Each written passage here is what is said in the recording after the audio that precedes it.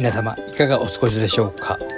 今月から7月突入でございます。早起きは三問の得なんて言ったりしますが、今日はいつもの朝ラン&ウォーキング&ラジオ体操をしているいつもの公園で、お母ちゃんが畑で採れたキュウリをお裾分けしてくれました。自分で作ったやつです。まずあ、がつけた。ありがとうございます。僕調べによりますと、キュウリ1本の値段今までだいたい70円から90円らしいです。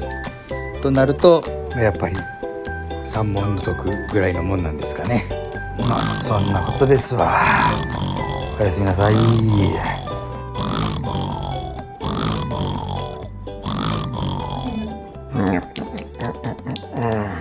なんてやねん。